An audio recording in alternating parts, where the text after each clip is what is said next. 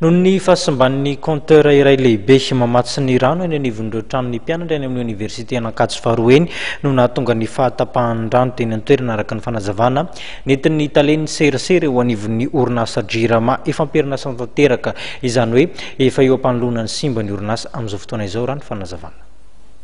Misy tokoa zany ny fahatapahan'ny famatsiana rano zany teny amin'ny faritra Ankatso iny. Ny antony dia misy compteur lehibe anakay zany izay manana fiantsonay azy hoe DN100 lehibe io compteur io. Misy misy fahasimbana zany izy io. Ny antony dia zao misy nanimby izy io tena marina. Dia vokatr'izay fahasimbana izay dia tsy afaka mandalo ao amin'ilay compteur intsony zany ny rano, dia tsy tafiditra any amin'ny réservoir zany ny rano.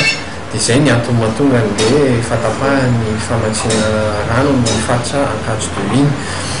Androany zany ny Jirama dia efa miroso amin'ny fanoloana io compteur io ka antenaina fa hiva amin'ity zany ny olana amin'ny famatsiana rano ny Ankatso 2. Mitondra fanamariana kely ihany koa zany izay eto anivon'ny Jirama.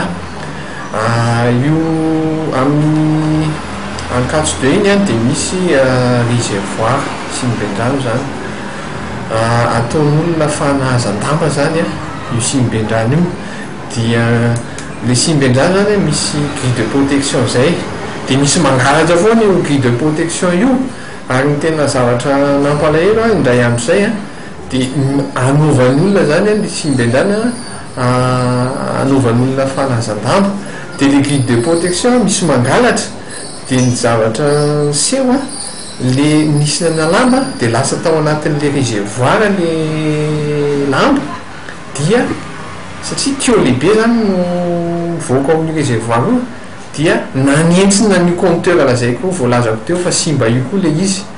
Zany koa zany anisan'ny tena hoe mety atapaka ny famatsiana rano amin'ny faritra Ankatso iny, ka entanina zany isika amin'ny fahatonina amin'ny faritra iny mba hitandro an'izay hoe simbendrano sy natao anahazan-damba, mba hijery ihany koa hoe mampangalatra n'ireo grille de protection amin'ilay simbendrano.